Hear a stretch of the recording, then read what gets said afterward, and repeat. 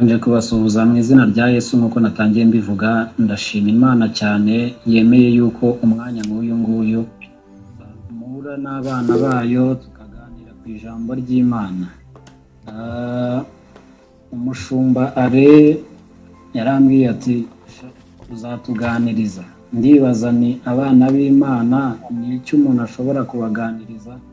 Ese ni iki umuntu ashobora gutekereza akavuga ngo nshobora kugifashisha abandi? Ariko ibyo nzirikanye uko Yesu yavuze ati mwigishe hirya no hino, ndavuga ngo kubwo gufashwa n'Imana nzaboneka mu izina ry'Imana. Imana ihabwe icyubahiro. Natangira mbibwira, nitwa Aroni niyo mwungeri. Ejo nari nivuze ndizera ko ndi umusangwa, nkaba ndi umupapa w'umwana umwe, birumvikana nkaba ndi umuntu ukunda ijambo ry'Imana kandi ukunda kuriganira n'abavandimwe kugira ngo twibukiranye urugendo turiho, twibukiranye urugamba turiho, twibukiranye icyerekezo cyacu n'aberekeje ahantu hamwe. Rimwe na rimwe abantu hari igihe bajya bata ijambo ryayo cyangwa se bakava mu nzira, ariko iyo Imana yemeye yuko umwanya nk'uyu nguyu ubaho, reka tujye dushima Imana. Reka dutangire dusenga. Uwiteka Imana ikomeye, izina ryawe rihabwe icyubahiro. Nk'uyu nguyu wemeye yuko mvugana n'abana bawe, ni ku majwi gusa ntabwo tuziranye, ariko kuko ukorera mu mwuka nzi neza yuko icyo wanumye uri bwemere yuko gisohora amahoro. Izina ryawe rihabwe icyubahiro. Iganze muri twebwe, wigaragaze muri twebwe, kandi ubutumwa ushaka ko butambuke mu izina ryawe. Bisabye twizeye ku bwa Yesu Kristo umwami wacu. Amen. Amen. Amen. Akenshi abana b'Imana iyo bagiye kuvuga bati tugiye kuganira, hari igihe wibaza ati se nzaganiriza iki abana b'Imana? Ariko igihe iyo gisohoye, mwuka w'Imana ashobora gutanga icyo abantu bashobora kuganira mu izina ry'Imana. Hari indirimbo nkunda cyane, narindi kuyisoma, nkunda kuyisoma, sinzi abayifite turaza kuyijyananamo kuko iraza kudufasha kwinjira muri iki cyigisho. Indirimbo ya 385. Ntabwo nzi kuririmba cyane, iyo abantu baririmba nkunda kureba indirimbo, narangiza nkajya nzisoma nkazitekerezaho, narangiza nkibaza ngo umwanditsi wanditse izi ndirimbo we yari ari mu wuhe mwuka, yari ameze ate? Indirimbo ya 185 iravuga ngo murinzi we menyesha igihe, iwacu se ni imuhero, ati ijoro ririjimye cyane ariko buracya hanyuma, ntukarire, komeza nturorere kwiringira, kugeza igihe uzagerayo ku munsi w'amahoro. Haleluya. Amen. Akenshi hari igihe abantu tutajya dukunda guha akanya gatoya kugira ngo dutekereze rimwe na rimwe ku ndirimbo, cyangwa se tujya dukunda kuririmba, ariko nkavuga ngo haba hari impamvu ahari. Umurinzi, turebe ukuntu umurinzi abayeho. Umuntu nyir'urugo ashobora kugirira icyizere akavuga ati undindira ibyo nunze byose ujye undebera. Hahandi ushobora kuba uryamye we akaba ari maso areba akavuga ati nguko uko bimeze. Uyu yaramubajije ati murinzi we, ese iwacu ni imuhero? Ariko umurinzi kuko yari ari kureba aho igihe kigeze, arangije aramubwira ati ijoro ririjimye cyane ariko bugiye gucya. Nshuti zanjye, ndagira ngo mbabwire muri aka kanya yuko ijoro ryijimye cyane ariko bugiye gucya. Hari igihe ureba ibikuzungurutse ukabona nta cyerekezo, ukareba nta mahitamo ufite, ukareba ukuntu ibintu biri guhindagurika mu kanya gatoya. Ni ijoro ryijimye cyane, ariko ngo nubwo ijoro uko ryakwijima kose bucya rishyira umuseke. Abana b'Imana bahora bashikamye bavuga bati nubwo byijimye cyane ariko bugiye gucya. Aramubwira ati ntukarire, komeza nturorere kwiringira. Abana b'Imana muri iyi minsi bari kugenda bacika intege, warangiza ugasanga baraganya nk'abatizera, baraganya nk'abatarasogongeye ku ijambo ry'Imana kugira ngo bumve ukuntu Imana ikora, barangiza bakarira nk'abatizera, ugasanga bararira bavuga ukavuga ati nta kigenda, waba ucuruza umuntu yakubaza ukavuga nk'abatazi Imana uti nta kigenda. Ariko se koko nicyo gikwiriye? Hano umwanditsi yaravuze ati ntukarire kandi nturorere kwiringira, kuko iyo twiringiye irasubiza, yaba ari ku manywa, yaba ari nijoro, yaba ari mu makuba, yaba ari mu byishimo, irasubiza. Uyu mwanditsi yarakomeje ku gitero cya kabiri, areka kubaza umurinzi noneho. Arangije arabaza umurwanyi, aramubwira ati murwanyi we mbwira nawe. Arangije nawe ngo amusubiza yitonze, aramubwira ngo urugamba ruzashira, nguma mu ntambara. Nshuti zanjye, aya ni umwanya wo kubabwira ngo mugume ku rugamba. Ni urugamba tugomba kurwana kandi tugasaba intwaro zose za mwuka. Petero nibwo yabwiraga Yesu, amubwira ati, Yesu ababwira uburyo azafatwa, uburyo agiye gupfa, uburyo agiye kugenda. Petero kuko yarebeshaga amaso y'umubiri, arangiza akavuga ati ntame ntawe wagukoraho turi kumwe. Arangije ngo ubwo bazaga gufata Yesu, Petero akuramo icyuma akata mu basirikare bari baje. Yesu aramureba agira agahinda, arangije ngo afata ugutwi agusubizaho. Arangije aramubwira ati intambara turi kurwana si iyi ngiyi, turi kurwana intambara y'umwuka, kuko abo duhanganye nabo ni abatagira inyama n'amaraso, ahubwo turarwana n'imyuka mibi y'ahantu ho mu kirere. Bivuze ngo rero guma ku ntambara, kuko ibyo turi kurwana byo ntitubasha kubirebesha amaso, ahubwo igihe wagiye mu ijambo, igihe uri muri mu mwuka, nibwo umenya intambara uriho kandi ugahagarara ugashikama mu izina rya Yesu. Kandi aramubwira ati guma mu ntambara, ngo ntubabare, ngo wihangane, wireke imirimo yawe, ngo tuzabona ibihembo cyiza igihe tuzaba dushoje. Haleluya, amen. Uyu ni umwanya wo kubabwira ngo mugume mu ntambara kandi mushikame, murwane mutadohoka, kuko igihe gisohoye kugira ngo tuzabashe kubona ibihembo. Ariko ibyo si ibyo gusa, umwanditsi yarakomeje ku gitero cya gatatu, arabaza ngo ndacyabaza ibyaremwe byose. Tekereza nawe, ibyaremwe bikuzungurutse, igiti gisobanukiwe n'aho ibihe bigeze, ariko wowe umwana Imana yapfiriye, Kristo akamena amaraso ku bwawe, nturi gusobanukirwa aho igihe kigeze. Ngo bisubiza ngo bitya biti, ngo iyi si yacu izashira, hazima indi horaho, ngo umenye ibyo bimenyetso bigaragaza kuza kwe, ngo kandi ngo ibyaremwe uko bingana byiteze imanda. Haleluya. Ibyo ni ibyaremwe nabyo byaramubwiraga biti uko bimeze kose igihe kirageze, iyi si igiye gushira, ngo ariko hazima indi si izahoraho iteka. Ngo twishimire mu mutima yacu kuko imuhira ari hafi. Haleluya. Nshuti zanjye dukurikiye cyangwa se turi kumwe muri uyu mwanya, ndababwira ngo imuhira ni hafi. Ese nawe iyo wicaye aho ngaho ushobora kwibaza ukareba aho ibihe bigeze? Yesu yagiye akoresha imigani cyane kugira ngo agende yigisha abantu be. Ku bantu bafite Bibiliya, reka tujyane. Uyu munsi tugiye kuganira ku ijambo rivuga ngo nakugize umurinzi. Ese koko uracyari umurinzi cyangwa warasinziriye? Umurinzi iyo yasinziriye, twagiye tubona ingero nyinshi, tugenda twumva Kristo yarababwiye ngo yaravuze ngo umujura ntazanywa n'ikindi usibye kwica no gusahura. Ariko nawe mu mvugo y'imigani arangije arababwira ati mube maso, kuko umunsi wo kuza kwa Kristo ngo azaza nk'umujura. Ibi bintu ushobora kubihuza gute? Nimba azanywa no kwica no gusahura, barangiza akavuga yuko nawe azaza nk'umujura, ibi bintu ushobora kubihuza gute? Inshuti yanjye, nicyo nshaka kugira ngo tuganireho gatoya, turebe se koko turacyari abarinzi cyangwa twamaze gusinzira, twamaze kuva mu nshingano, twamaze gutsindwa mu rugamba, twamaze guhinduka nk'ab'isi. Kristo Satani aradusahura uko yishakiye, rimwe na rimwe akatwica mu bya mwuka tugapfa, twarangiza bimwe Abanyarwanda bavuga ngo umuntu yapfuye ahagaze, ugasanga umuntu yibwira yuko ariho ariko yaramaze gupfa mu bya mwuka. Ese koko uracyari umurinzi? Ese koko uracyari maso? Ku bantu bafite Bibiliya, reka tujyane tujye muri Ezekiyeli igice cya 3 umurongo wa 17. Ubwo numvaga yuko tuzaganirira isomo ryakomeje kunza mu mutwe, ndangije ndibaza ngo reka turiganireho. Ku bantu bafite Bibiliya, habaye hari ufite Bibiliya hafi, yadufasha ku gice cya 3 umurongo wa 17, ariko abaye nawe uri hafi ndaza kurisoma.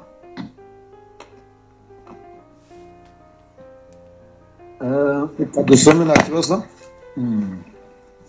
Ezekiyeli ibice 3 umurongo wa 17.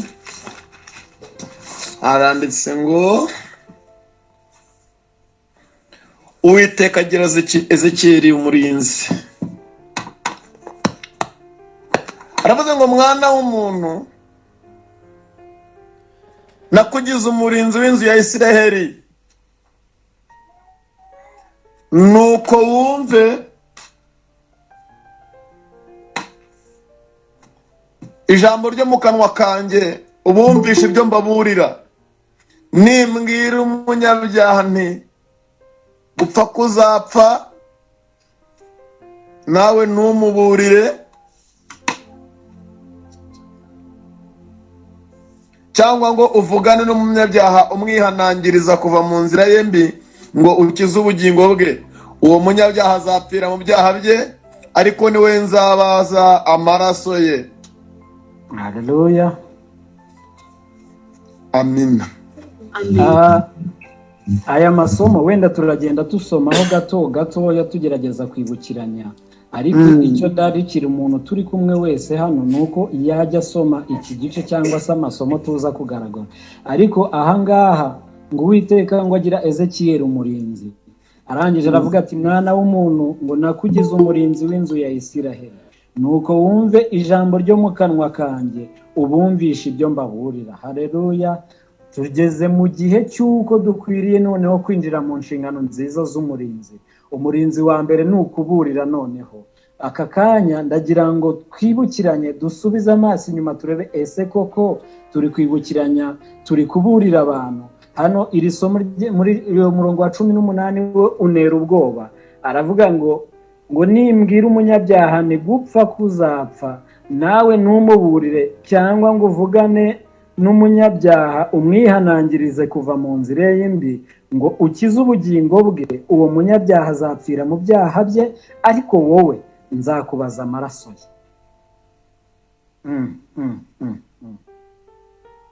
Ese koko kuba twaramenye iby'agakiza, tukamenya iby'ubwiru bw'Imana, twarangiza ntitubibwire abatuzungurutse, ntitubibwire abandi inshuti zacu, abo dukorana, abo ducuruzanya, abo twirirwana, abo tuganira, ntitubashe kwatura no kwatura kubabwira iby'ibyaha byabo n'uburyo bakwiye kubivamo bagahindukira? Ese koko amaraso yabo tuzayabazwa? Iki ni igihamya kitwereka yuko ibyo turi gukora byose, cyangwa isi yamaze kudutwara, twamaze kuva kureka kuba abarinzi, twamaze guhinduka nk'ab'isi. Ab'isi bose ibyo bishimira nibyo twishimira, ibiganiro bishimira nibyo twishimira. Ese mwana w'umuntu, ko Uwiteka yakugize umurinzi, uhagaze mu byimbo byawe neza, cyangwa wamaze gutakaza inshingano zawe? Ese urabizi ko amaraso y'abakuzungurutse utabwira ibyaha byabo, ababikora muri kumwe, ababikora wumva? Ese iyo utamubwiye uzi neza yuko amaraso uzayabazwa? Ijambo ry'Imana rijya rikunda kunangaza, rimwe na rimwe rikantera ubwoba. Niyo mpamvu rimwe na rimwe iyo ndigiyemo njya ndigendamo gakeya, ukibaza ngo ese koko ibi byose nimba ndi umurinzi? Twabonye umurinzi ukuntu abaho, tujya tureba abasirikare baturindaho abantu cyangwa abapolisi, ukareba ukuntu bahora biteguye bahagaze ku mihanda. Rimwe na rimwe imvura yagwa ntibugame, izuba ryava rikabafata, ariko abantu b'Imana, Imana yagize abarinzi. Rimwe na rimwe imvura iragwa bakajya kugama, rimwe na rimwe izuba rirava barangiza bakaryugama, rimwe na rimwe intwaro zabo zanuka bakwiriye kurwanisha bakazirambika. Ese mwana w'umuntu, uracyari umurinzi? Uracyahagaze aho Imana yifuza yuko ukwiriye kuba, cyangwa wamaze kurindimuka, wamaze kugenda? Ahangaha abana b'abantu tugeze mu bihe noneho ubwo Kristo yageze igihe arababwira ngo ibyo byose muri Matayo 24 agenda bereka iby'igihe cy'imperuka. Arababwira ngo ibyo byose nimubona bibaye muzararame murebe hejuru, kuko igihe cyo gucungurwa kwanyu kuzaba kwegereje. Ariko abantu bari kubona ibiri kuba, barabona ibyahanuwe, ibyo Kristo yagiye abereka, ibyo kuza kwe n'iby'imperuka y'isi. Barangiza bakajya mu nzu bakaryama bagasinzira, barangiza bagafata umwanya munini mu bitagira umumaro. Ariko Yesu yarababuriye, arangije arababwira ngo nimubona ibyo byose bibaye muzararame murebe hejuru. Kurarama, kureba hejuru, no gutumbira kuyaturemye, kandi tureba ko ibyo yatubwiye tubihagazemo neza, tureba yuko ubwoko bwayo buri mu murongo mwiza wo kugira ngo twongere tubageze kuri Kristo. Yesu niwe waduhaye inshingano kandi dukwiriye kubikora. Ese ko kuracyari umurinzi cyangwa wamaze gusinzira? Tugeze mu bihe Satani yahinduye kurwana urugamba. Ku basomyi ba Bibiliya iyo ugeze mu Byahishuwe 16 kuva ku murongo wa 12 kuzamuka, niho bakubwira uburyo imyuka itatu isa n'iy'ibikeri yahuye yarangiza ikajya ikora ibitangaza mu rwego rwo kuyobya ubwoko bw'Imana. Abantu muri iyi minsi barakurikiye ibitangaza. Abantu muri iyi minsi bakurikiye ababahanurira ibyiza. Abantu muri iyi minsi bakurikiye abababwira yuko ubuzima bwabo bugiye kuba amahoro. Abantu muri iyi minsi barishimira uburyo bumva inyigisho zijyanye n'irari ryabo. Umuntu araba agenda n'amaguru akumva ashimishijwe n'uzamuhanurira yuko abonye imodoka. Umuntu araba ari mu bukode yabona bigoye, yarangiza agahishimira haba ari bumubwire yuko abonye inzu. Bana b'Imana, reka mbabwire yuko nusoma neza Bibiliya barakubwira yuko Satani nawe ubwe yahinduye intambara, kuko yamaze kubona yuko yatsinzwe. Satani amaze gutsindirwa mu ijuru, agerageza Kristo kugira ngo atsinde Kristo, twese tube dutsindiwe muri we. Arangije aratsindwa, ariko akomeza kurashya imigeri. Satani asobanukiwe neza yuko igihe cyari gitoya, niyo mpamvu yahinduye kurwana kwe, yahinduye amayeri. Yaje mu nzu y'Imana, urajya mu rusengero batakubwira ijambo ryo gukiza no gukanda uburwayi ufite, basirimba baririmba ukavuga uti twafashijwe. Wabaza umuntu uti mwiziki nirihe jambo ryagufashije, ati twafashijwe. Kubera iki? Satani ari kujyana abantu mu rusengero bakavamo nta kintu bacyuye, bishimiye umuziki, basirimbye baririmbye bahamirije. Ibyo ngibyo nibyo ashaka ko biguma mu ntekerezo zabo, ubundi ntekerezo zabo zigafatwa nawe, yarangiza akabagumana mu biganza. Ntabwo rero azigera aguhungabanya. Wowe wakomeje kurwana, wowe ukomeje kuba ku rugamba, niwe azagabaho ibitero. Ariko Yesu niwe wavuze ngo ntimusabe yuko mukurirwaho ibigeragezo, ahubwo musabe gukomera mu bigeragezo, kuko uwamaze gukomera mu kigeragezo niwe usoza akitwa intwari ko yatsinze. Haleluya. Yeremiya igice cya 6 umurongo, reka tujyane muri Yeremiya igice cya 6 tuve ku murongo wa 13. Yeremiya igice cya 6 tugere ku murongo, tuve ku murongo wa 13.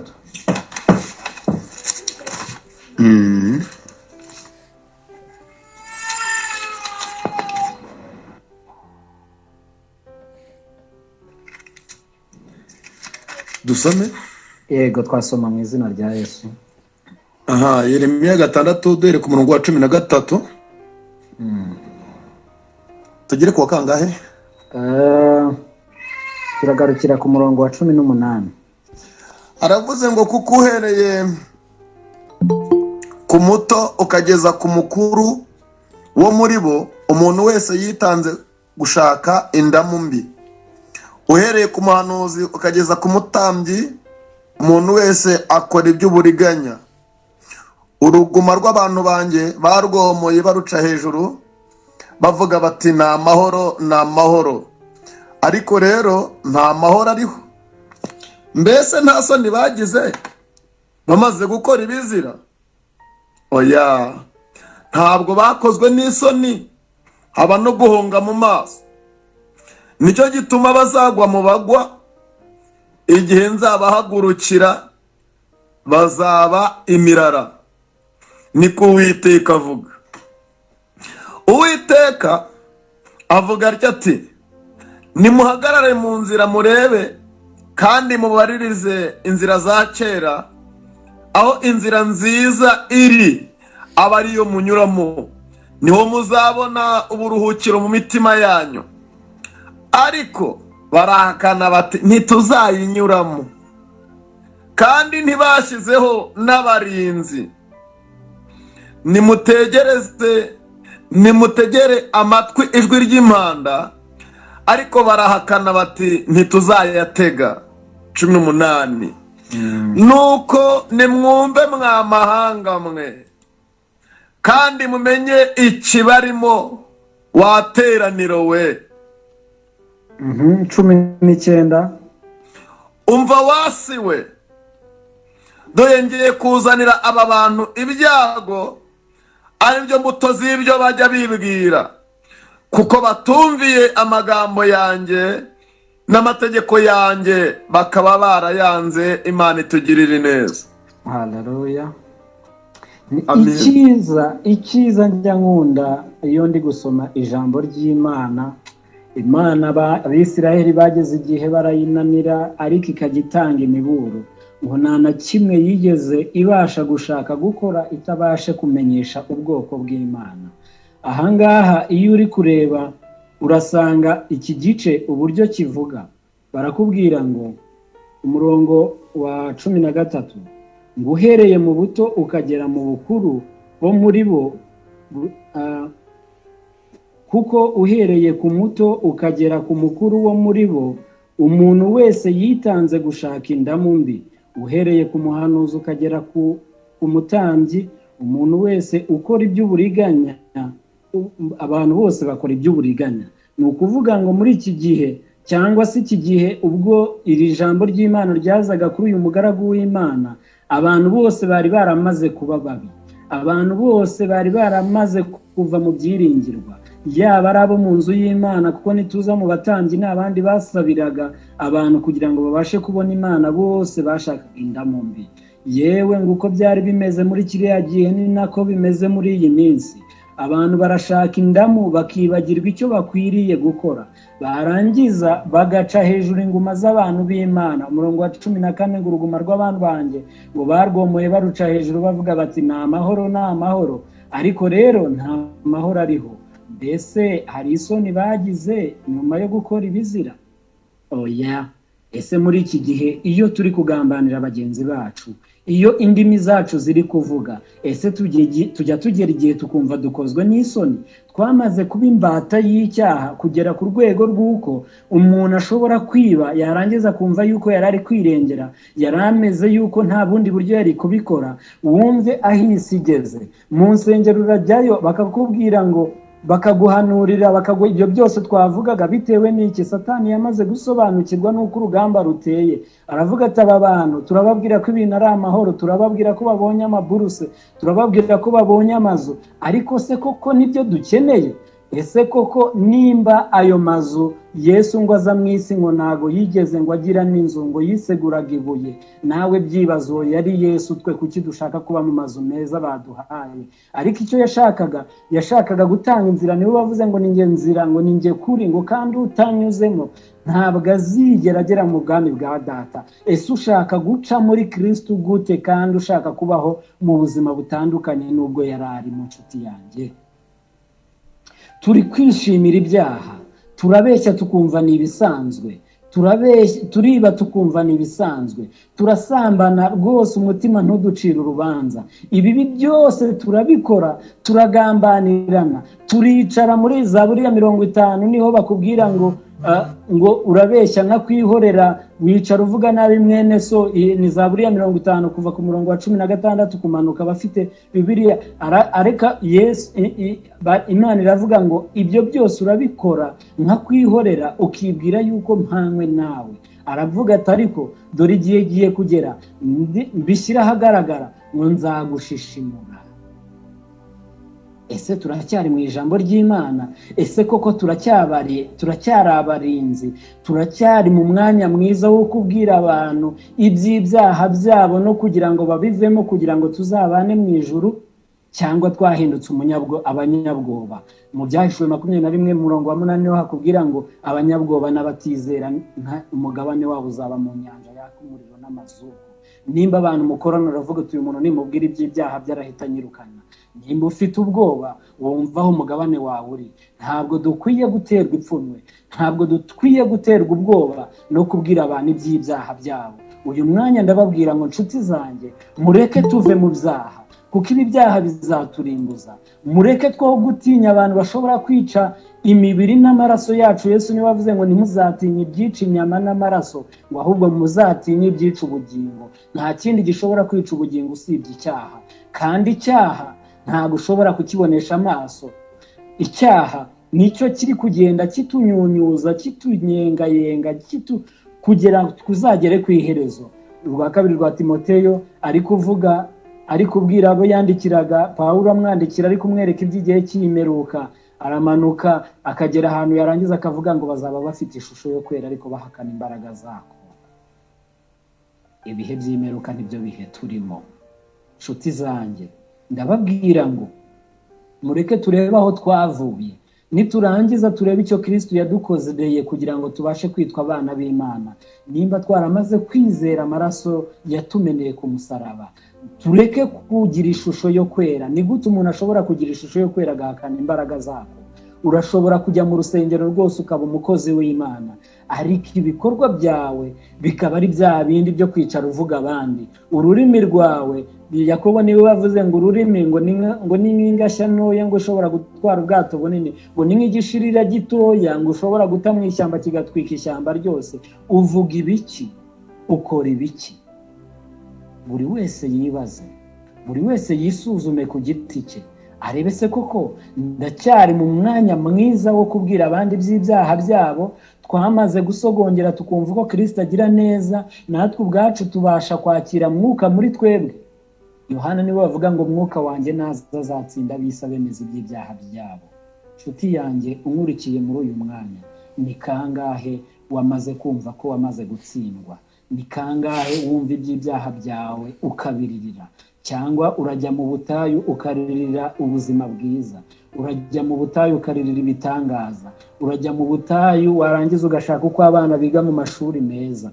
Inshuti yanjye, ni kangahe uririra ibyaha byawe?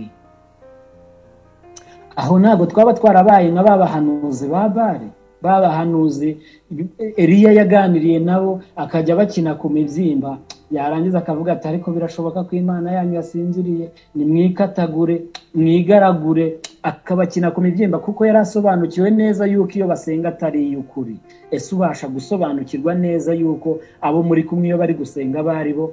Akababwira akabakina ku mibyimba. Ujya mu butayu upfuka musenga ryari? Ibyo usabira ni iki?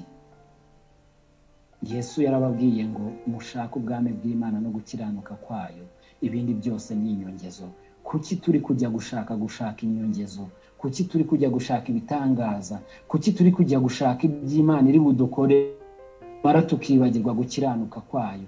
Ko nitumara kugira gukiranuka kwayo, Dawudi niwe wavuze ngo kuva mu butoya ngo yarinze asaza, ngo imvi z'uruyenzi ngo ntiyigeze abona ngo uwiringiye Uwiteka akorwa n'isoni. Kuki twamaze guta? Satani yamaze kudutera ubwoba bw'ibiriho, Satani yamaze kudukura mu murongo, turi kurira nk'abandi barira nk'abatazi icyo Imana yavuze. Nta na kimwe kizaba ku bwoko bw'Imana Imana itabanje kubwira ubwoko bwayo. Inshuti yanjye, muri uyu mwanya ni kangahe uririra ibyaha byawe? Ese mwuka w'Imana yabashije kugutsinda kwemeza iby'ibyaha n'iby'amateka yawe? Ubivamo? Ureka guterekera? Ureka kubandwa? Cyangwa uracyari muri bya bindi uri gusinda inzoga z'inyigisho, uri gusinda, wamaze gusinzira? Ntabwo usobanukiwe igihe Kristo azazira, ntabwo usobanukiwe igihe umujura azinjirira, urasinziriye. Turacyari kuganira ku ijambo rivuga ngo nabagize abarinzi. Umurinzi iteka ryose aba akwiriye kuba maso. Umurinzi iteka ryose akwiriye guhagarara akabwira ba nyir'urugo aho igihe kigeze. Arababwira ati burijimye cyane ariko bugiye gucya. Ese nawe ubwawe burijimye urabona ko bugiye gucya, cyangwa uracyabona ko nta hantu dushobora kubonera ko bugiye gucya? Buri wese yitekerezaho, buri wese yininire, buri wese asubize amaso inyuma arebe neza yuko akiri umurinzi. Reka dusimbukire mu Byahishuwe 3 umurongo wa 3, igice cya 3 umurongo wa 3. Ibyahishuwe igice cya 3 umurongo wa 3.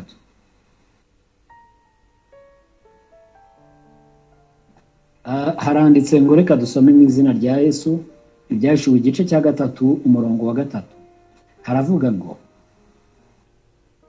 nuko ibuka ibyo wandikiye ibyo wandikiwe n'ibyo wumvise, ibyo wakiriye n'ibyo wumvise, ubyitondere kandi wihane. Ariko rero nutaba amaso nzaza nk'umujura, dore ntuzamenya igihe nzagutunguriramo. Haleluya. Amen. Nuko ibuka ibyo wakiriye n'ibyo wumvise, ubyitondere kandi wihane. Ariko rero nutaba amaso nzaza nk'umujura, nawe ntuzamenya igihe nzagutunguriramo. Ese inshuti zanjye turi kumwe, turi kuganira muri aka kanya, twamaze ibyo twakiriye ni ibihe? Ibyo twumvishe ni ibihe? Cyangwa turacyateze amaboko, twafashe ibintu byose, icyiza n'ikibi byose twarabifashe, twabuze icyo turekura? Ubwa ya mpyisi ati miremere bishyushye, nshira akaryoshye, byose akabigumana. Ese wamaze guhunga icyaha n'ibisa nacyo? Ese iyo uhuye nacyo wiyunga gute na Kristo? Yesu niwe wavuze ngo nubwo byatukura tukutuku nzabyeza ngo bihinduke nk'ubwoya bw'intama bwera. Ese nshuti yanjye, niki? Uyu ni umwanya wawe wo kongera kwiminira no kwisuzuma no kwihana. Arongeye yavuze rya jambo twavuze dutangira tuti dore nzaza, azaza nk'umujura.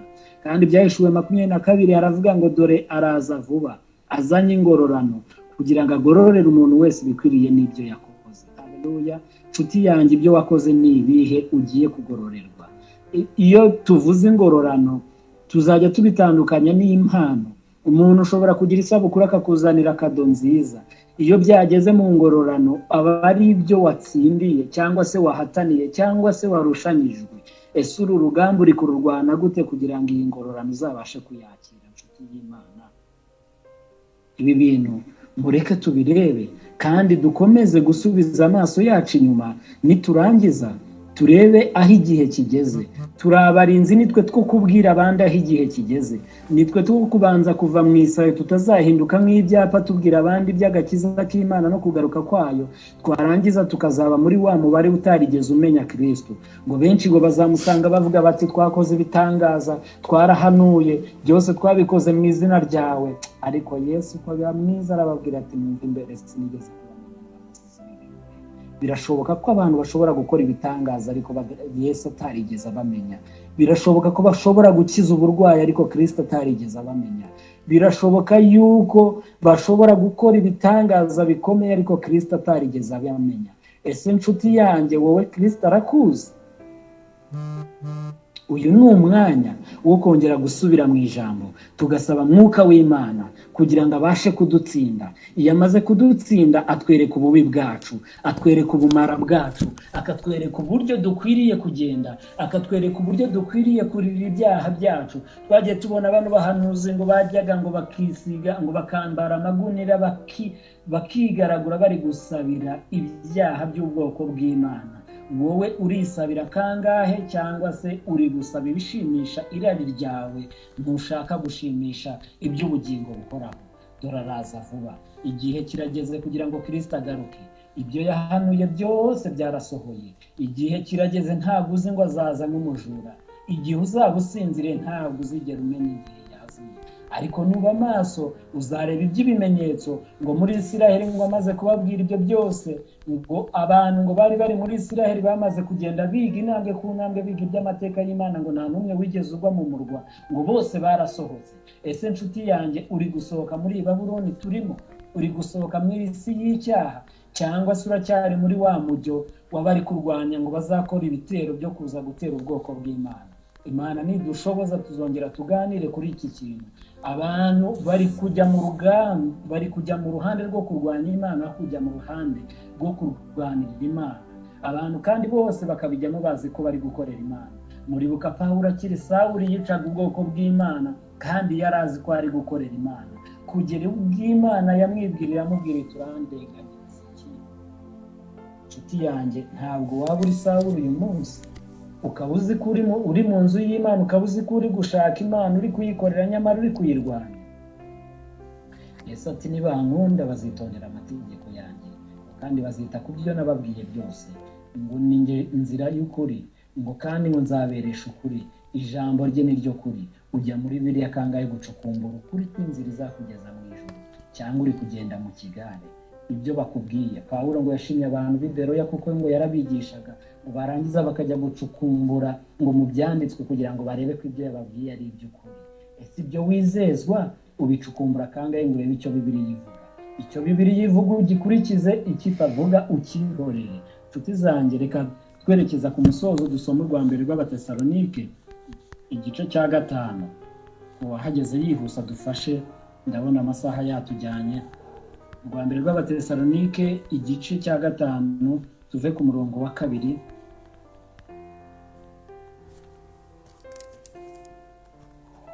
Urwandiko rwa mbere Abatesalonike igice ni icya 5 guhera ku murongo wa 2, ni paje 208. Haranditse ngo kuko ubwanyu muzi neza yuko umunsi w'umwami wacu uzaza nk'uko umujura aza nijoro, ubwo bazaba bavuga bati nta mahoro, nta kibi kiriho, nibwo kurimbuka kuzabatungura nk'uko ibise bitungura umugore utwite, ntibazabasha kubikira na hato. Ariko Haleluya.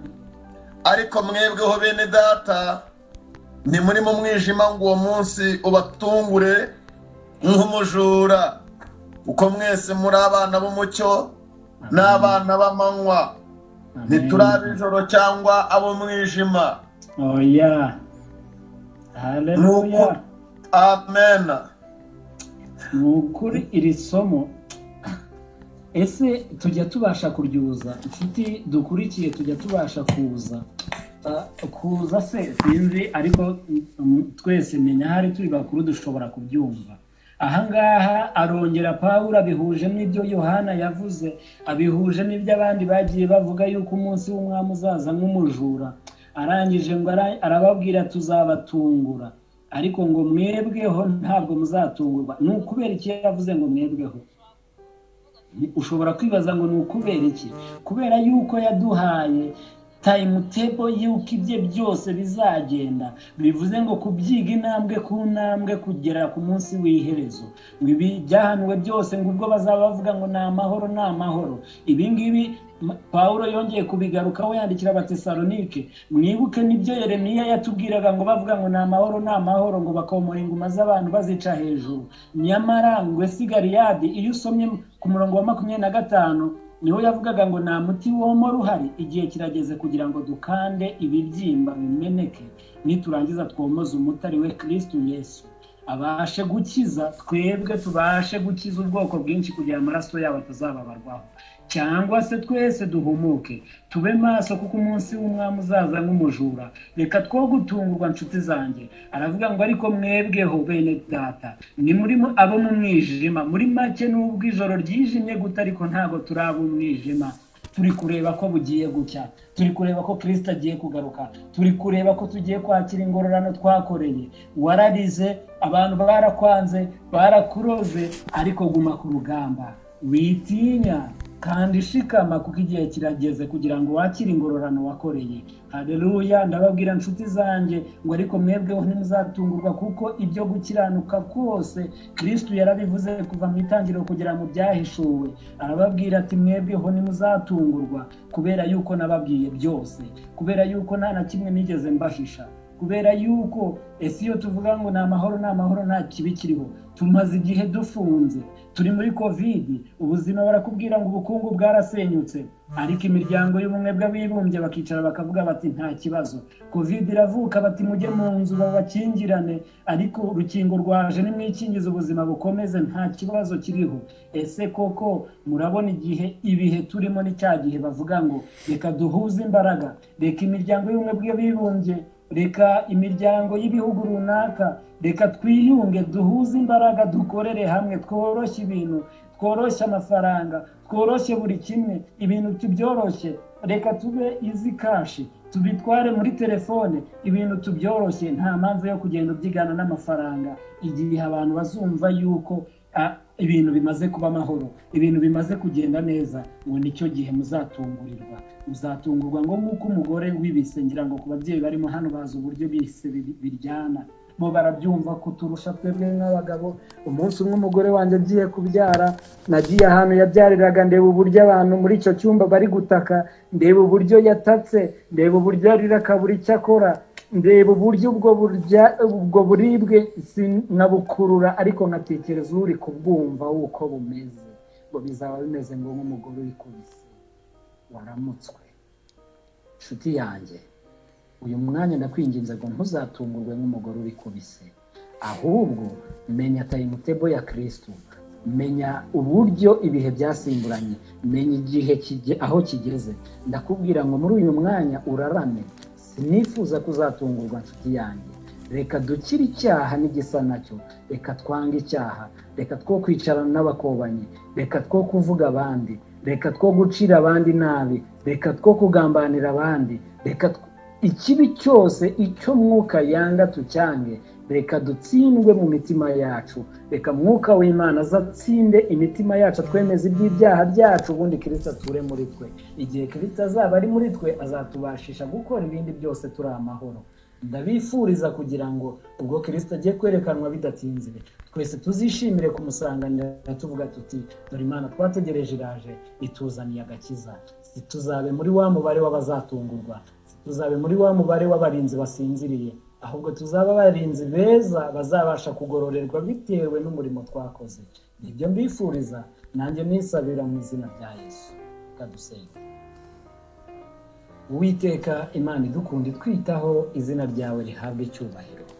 Tugushimiye ko uyu munsi wongeye kutwibutsa yuko turi abarinzi b'inkike.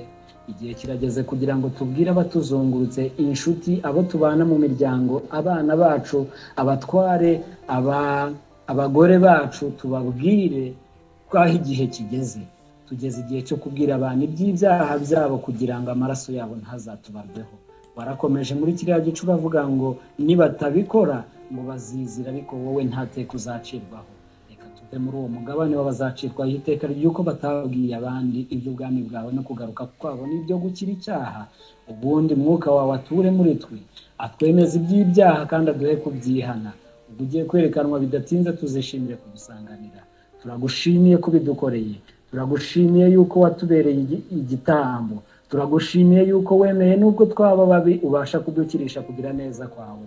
Izina ryawe rihabwe icyubahiro. Turagushimiye mu izina rya Yesu, amen.